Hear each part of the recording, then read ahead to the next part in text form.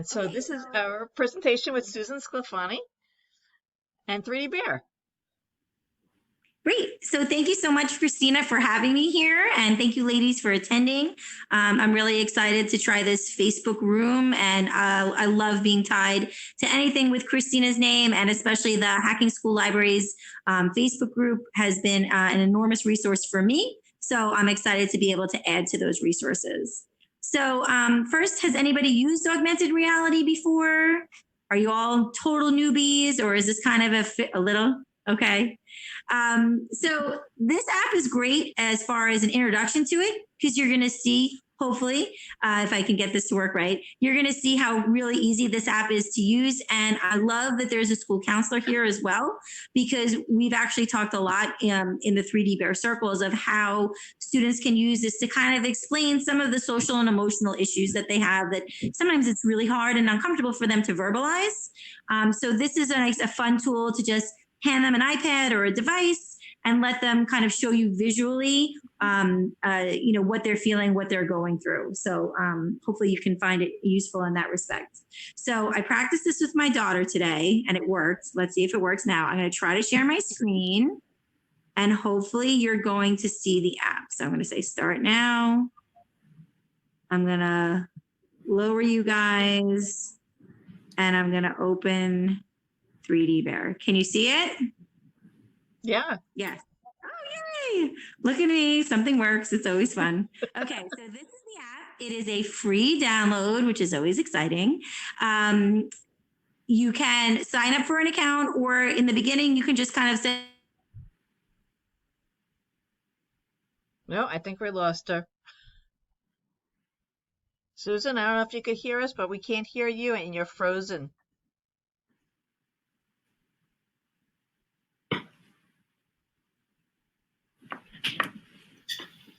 Well, just while she's trying to unfreeze, Susan is actually the first ambassador for 3DBear.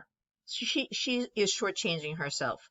3DBear is an app that is from, I believe, Finland. And so the commercial that's on their YouTube channel was actually taken and filmed at her school. So she is the first ambassador. There are other ambassadors after her, but she is the very first one. And either last year or the year before that, she was invited to speak at the, when you have diplomats for different countries, what's that called? The embassy. She was chosen to speak at the embassy in New York City. And I know someone else who was involved with 3DBear, and I got an invite, and then we found out that we were both going, so we hitched a ride with her. But she actually presented Monica Burns. I don't know if you've heard Monica Burns. She's really big with iPad apps, and so she was speaking.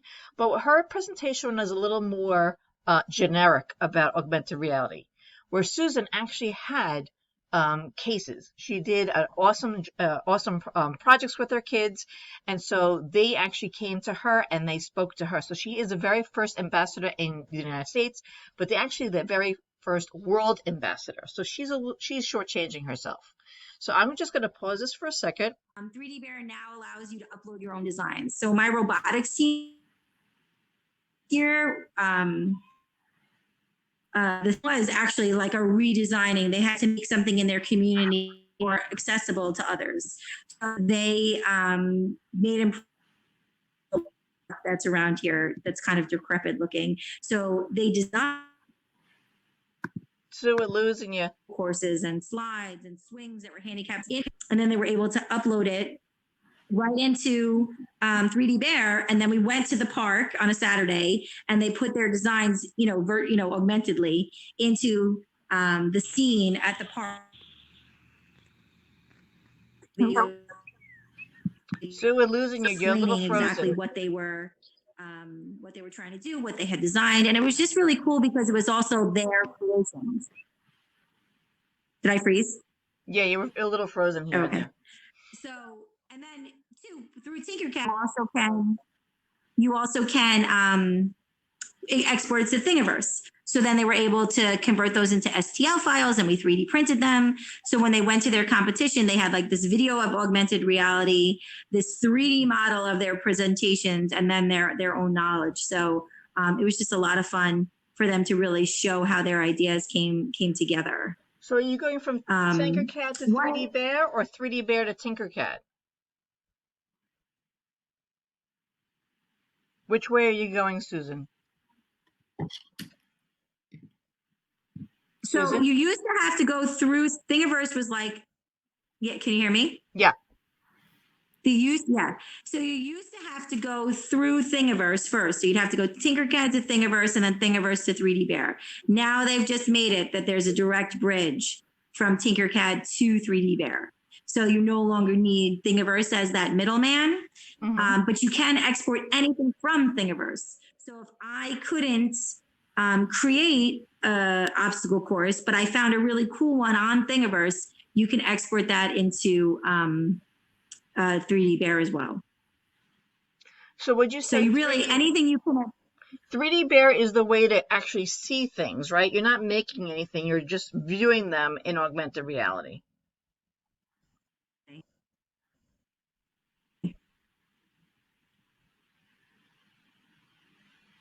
Okay, you just came back. I couldn't hear you. Go ahead. What I'm saying is, you can't hear me? Now I can. Maybe this Facebook room isn't good. So you're not making anything in 3DBear, you're just viewing the things in augmented reality through 3DBear. Right. Okay. It's not a design program as far as designing that. It's a design program as far as now I'm taking these pieces and I'm augmenting the reality that I'm in with these pieces. But you need to have the pieces either from their galleries or something that you've created, Tinkercad, or exported from Thingiverse. Okay. Can you show us your account? Can you show us something? Yeah. Let's see. I'm going to share my screen again, and hopefully this works without me, you guys again. So let's see, 3DBear. So like the big project I worked with my students on last spring, since we really didn't have it this spring, is we redesigned our school because we had a superintendent who was very excited.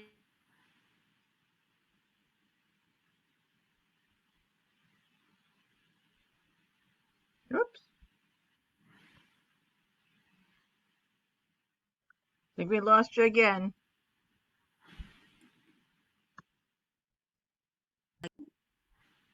Oh, actually, why am I trying to do this? Let's see if this works. Okay. Yeah. I'm like, why am I trying to do it backwards? I can just reverse my screen. So if I do student login here, all right, so that's how they would do it. So the class ID is like, some kind of a 6-character code, like JM2, whatever, blah, blah, blah. And then their nickname is group 1. So then they're connected to my cloud where they can submit their assignments. But I can't see live what they're doing. I have to wait until they press submit. If that makes sense. It doesn't save on the iPad, it saves in the cloud? Because if I go to create, oh God. I thought about this because I wasn't, because we're doing all these things from home. You're like, oh, there's my bed. Okay, no. That's okay. I have stuffed animals behind me and they're not augmented, they're real. They're real. Okay, here we go. So if I click here and I make, my summer palm tree again, and of course my cord is in. Again, glad that this is a friendly group because I'm having technical difficulties. We have all been there, right, Christina? If you could teach like this, you could teach anywhere, anyway. Yeah. You're not kidding, right? All right, so I'm gonna put it there. Oh, nothing's coming up now, of course. It's not easy. We see all these things on Twitter or on Facebook and everything looks so fancy and polished and everything. That's not real life. Real life is all this behind the scenes and then we're just editing to make it look good. Well, it's so funny when they always talk about, I don't know why this isn't coming up. They talk about, doing live instruction with your students. And I think, what? I need to video it at least 3 times before I do anything live with them. Are you crazy? Yeah, so it's not working. Okay. I don't even remember what I was trying to show you anymore. After I was like, no, not over there. No, oh, forget it. Wait, you were showing us about the different classrooms and where their images are saved to. Oh, right. So would it be simpler if it was like individual assignments? Like if individual students were submitting stuff, or does it not matter? It depends. I mean, I've had a lot of success. So when the kids are on their iPad, if they go to the right here, see how there's like a list of folders, that actually is whatever's saved on the iPad. So, I can see. So like if you had a class set of iPads and every kid got the same that's iPad, great.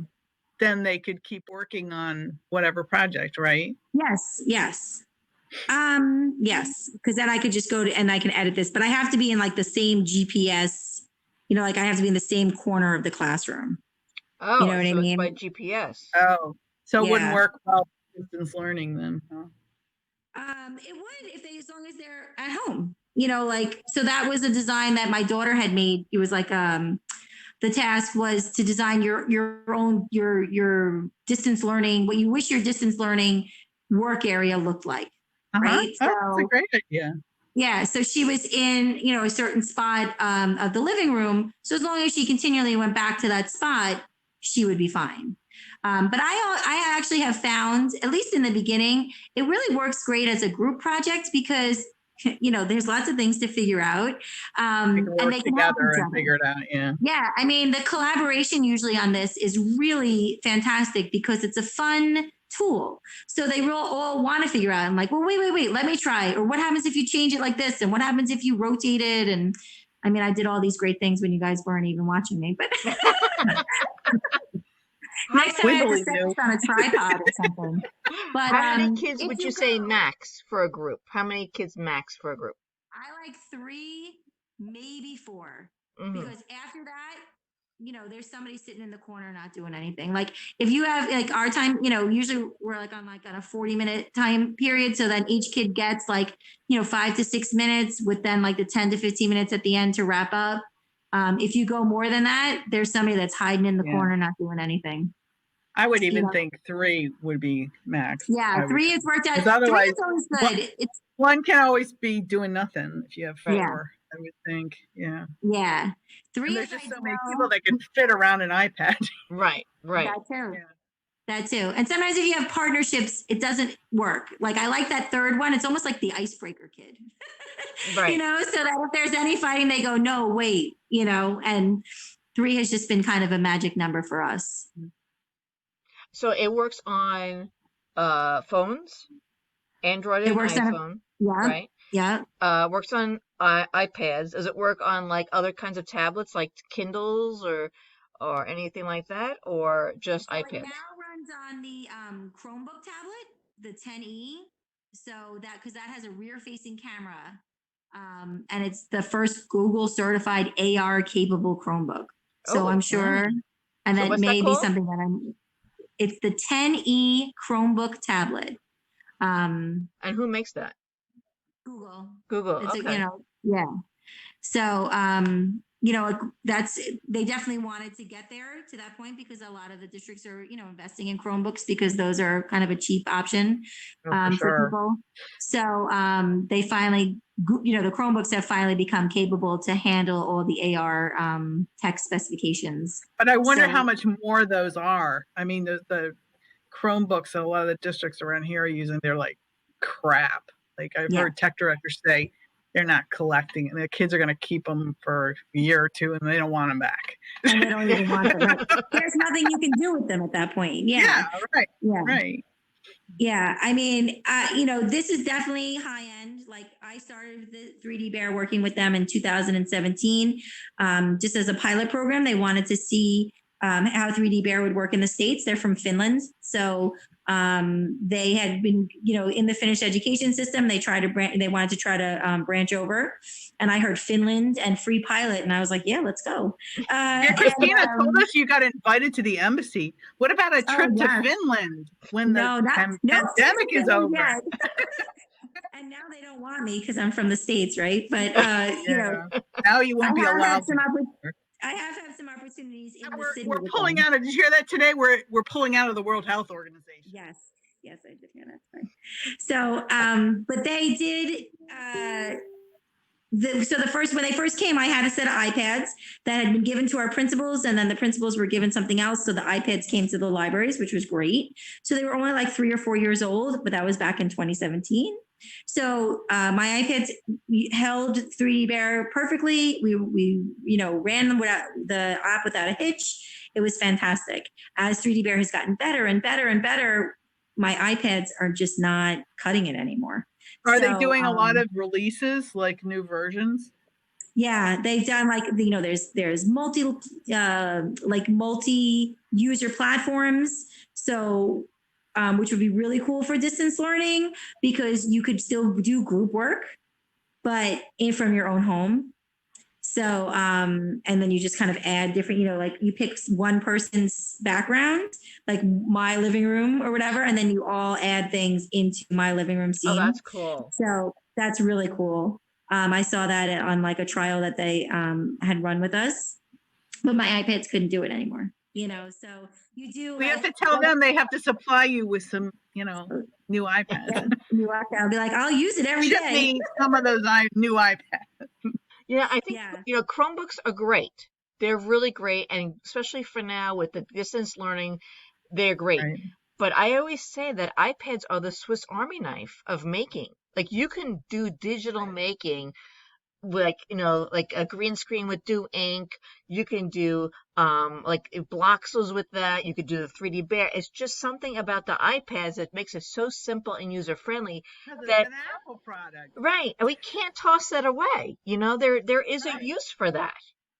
Right. And I think really a lot of these ed tech tools are apps. And the apps just run better on a tablet, on a mobile device, where a Chromebook is trying to be both, because they're trying to target that market. But there's something to be said about somebody that deals just with the apps, and they'll just run cleaner on an iPad. So I agree. Unfortunately, they're also super expensive. Yeah. Yeah. So I wonder, would it work on a Surface? On Microsoft on the Surface tablets? Yeah. Yes. Mm-hmm. They did come out with that. That's why they're starting to tie also with or work more with Microsoft. Hence the Microsoft sign-in that I guess maybe you guys didn't see. No, I did see that. Yeah. Oh, okay. I did this whole long thing about it because my school is a Microsoft school. I wish we were there. Yeah, it was really good. But I'm sorry, I have to go, but thank you. Thank you for your presentation. Nice meeting you. Bye. It's beautiful. I've been admiring your cabinet. Oh, thanks. Bye-bye. Bye. But yes, they've been doing a lot more tie-ins with Microsoft and which is exciting for me because we're a Microsoft school. So a lot of times I see the Google, I see the Google sign in, single sign in, and I think, and then when I see Microsoft, I'm like, yes, my kids can use this seamlessly. So that feature is there now too, which is nice. I think that's the way to go. There are reasons to use iPads. There's reasons to use Google. There's reasons to use Microsoft. Right. There are reasons for everything. And when I think about it, I'm like, I want to do this certain thing. This is the product I'm going to use. I want to do this certain thing. Right. There's no one product that does everything, and it really depends on what you want your kids to do, the age of your kids, the ability of your kids. And like I said, and the values of what you want to do. But for the most part, every product and every brand, every organization has their strengths and their weaknesses. You just have to wade through and see what works best for you. Absolutely. Absolutely. And with this ed tech stuff, I mean, some of it is so fabulous and engaging and fantastic. And others of it, don't work for, like you said, like just your age group or your population or whatever it winds up being. But there's so much out there. It's so exciting because there's definitely stuff that you can find that is just right for your school and for your resources.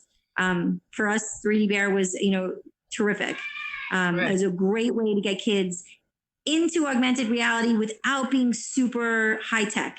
If I only had 40 minutes or I could only get that teacher in for 40 minutes, every quarter or something like that, this was a great tool to use because it was fun, it was engaging, it was purposeful, and it was done. We didn't have, like it wasn't, it could be done in a period easily. And that's what you need. Something that's simple, but dynamic, right? And enriching. I think those are the best ed tech tools that are the easy and the user friendly, but that you can grow and do something with and layer it with more and more as you're learning more and more. And it will and we'll grow with you. Yeah. Yeah, no, they've definitely, continued to expand and continue to make better, are so interested in user feedback. And is an easy sell for me with my teachers to be like, we can do this in a period rather than say, okay, if you give me 2 weeks, they're like, what? Right away, I don't have time for that. But if I say, I can do this in a period or, and then they see how excited the students are about it. And then they want to come back. Okay, here's my next topic. What can we do with this? That kind of idea. And when you bring augmented reality, that's something that most kids will not see in their classrooms. Right. It's super expensive. It's super difficult. And you might have planted the seed for someone to consider that in a career. You're teaching middle school kids. You start at 6th grade, right? It's going to be in the workplace. 6, 7, 8, yeah. Right? They've got 6 years. The world's going to be so much different. And after this COVID, during this COVID, it's changed so much that this is the way to go. You at least plant the seed and introduce them to something that they'd never see. Yes.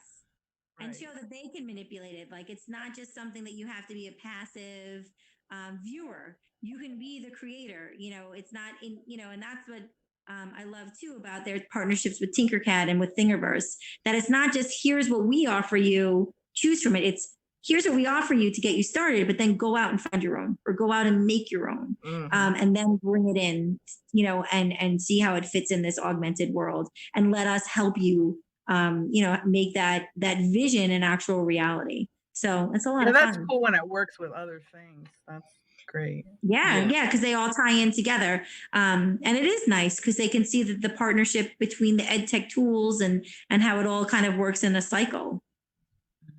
And then those kids and then you can differentiate very easily.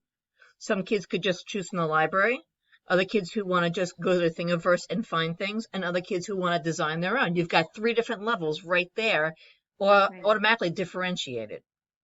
Cool. Yeah. And your special ed and your English language learners. I don't see any text, right? Yeah, this was huge for them. Even just my, like, as we know, usually our autistic students, just for some reason, are just very comfortable with technology, especially with an iPad in their hands. And the scenes that they were able to create just to show their understanding if they can't verbalize it. And my English language learner is 100%, showing them or, explaining a task and then them being able to really show what they know because they don't have the language, but they have the visual, ideas that they want to share with you. I mean, could you imagine an English language learner, someone coming from another country who has never maybe even touched a computer before, is now touching an iPad and now bringing augmented reality to their project? I mean, that's phenomenal. Yeah. That's empowering, and that's something that they can really tangibly see and maybe consider, like I said, for the future. And there's coding right there. Although you don't see it, it's beneath that, but there's your coding, and that's just their entry right there. I mean, I've learned all about augmented reality, and I did some research. There's medicine augmented reality, doing different simulations, people learning about, where people live in different cultures. I mean, it could unite people, because if you can't visit somewhere, you can immerse yourself in it in a different way. Which is definitely going to be where we are. Yeah. We need that. We need that. Oh yeah, That definitely. the virtual reality too. Mm-hmm. People have. But I like that, the augmented is like an easy in into that virtual. Yeah, I mean, I've gone to the conferences and we see the virtual reality and the headsets and the gear and the price tag, right? So like Yeah. we're talking about just how expensive iPads are. When you start talking about that stuff, I mean, it's amazing, but who can buy it? So I like the augmented reality because it's so accessible. And even if my kids couldn't do it with the stuff at school, I can show them and then I can say, this is available on your phone. Like that redesign project we did, a lot of them downloaded it on their phones because it just was easier than using my iPads that were like 2 or 5 years older at that point. But they, it was a free download. So they were all able to get it and get, type in the class code. So I got their work and it was really successful. Oh, so you got their work through the class code. Does 3DBear have it? Do they sell like any like advanced version or is it all free? Do you know? It's all free except for the classroom, right? So if you wanted your kids, like the kids can still do something and take a picture or a short video, and they can save it and then like upload it to whatever you needed to, Google Drive or OneDrive. Okay. But if you wanted that kind of seamless, I'm just clicking on my classroom, that's the paid for version. The paid for version has a couple more galleries that are open. But really the free version lets you do a lot. How much does the classroom, how much does that cost? Is it based on the size of your school? Yeah, it's something per user. I don't really remember what the numbers are. But it is something, I mean, you can get a bundle depending on how many users you have, but a lot of it is usually per user. But that might be something. Is it more designed like for per classroom, something like that? I wonder. Yeah, I think they have it like per student, like 30 students, 120 students, 1,000, like that kind of scale. But they're super accessible and flexible, and they actually have a New York State contract now, so they're on the list. Good. Yeah, that's good. So they're on the list of approved vendors. So they tailor their product to whatever the district can afford. What the use is. They're definitely willing to work with you. Nice. They've worked with us for years. They're fantastic. Nice. Cool. Awesome. So I'm glad that you stayed there. And I'm sorry there was that whole middle part that I really thought I was just knocking this out of the park. I'm sure you were. And then discovered that nobody was listening to me. I don't know. I guess the shared screen doesn't work or whatever. So what would you say is your big takeaway, Susan, from working with 3DBear? That technology is accessible, right? So augmented reality before 2017, I didn't know what that word meant. I'm still sometimes surprised by what it means, because it changes. But I think the biggest thing is to not be afraid of all of these ed tech tools. For one thing, they're fantastic and can help motivate and inspire your students to do great things. But the other thing is the kids know this. So when I even first started and I was nervous that I didn't know every feature of what every button did, and I handed it to my students and they figured it out. And they wanted to figure it out. It wasn't me, and I'm a librarian, right? So I want them to read. I want to give them pencils and paper, and I want them to have highlighters, and I do want them to have all that.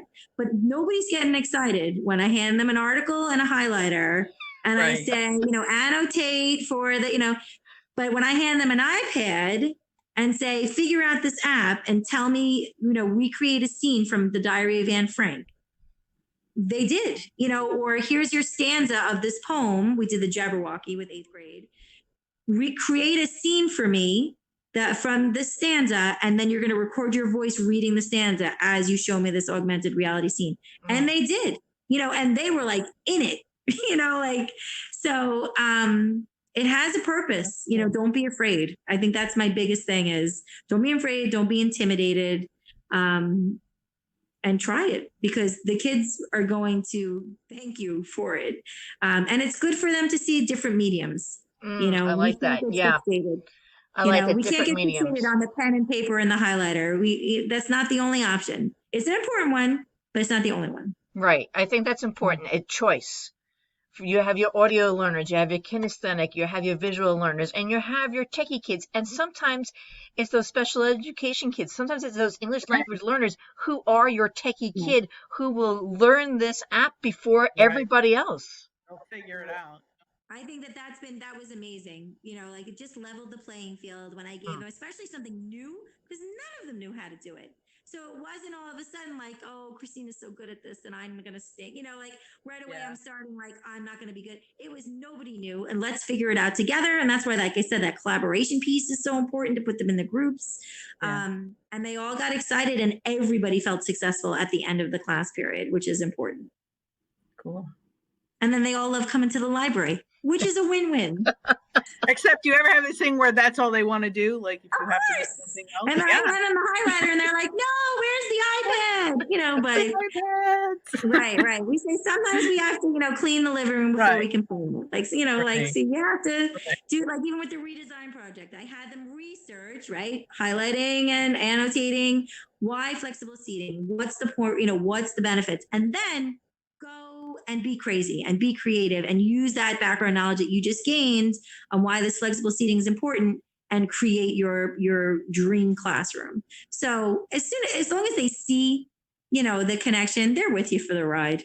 But yeah, of course, they're always like, where are the iPads? Are they out? Yeah. But you're right. You're giving them the foundation. That's just a medium. That's just a format. But again, you're going through that whole design process with them. And it doesn't matter what you're using in that design process. And they could have used Legos to build. They could have used popsicle sticks. They could have used anything. You gave them something that they'd never used before. But again, it's the same process of defining the problem, finding the research, defining a solution. It's the same process over and over again. It's the same in library. It's the same in science. It's the same as in social studies when you're reading primary source documents. I mean, it's the same process over and over. You just gave them a different way to express it. Yeah, and a way to to get excited about it for for a class period or two, and to have them enjoy explaining what their solution was rather than in a traditional manner.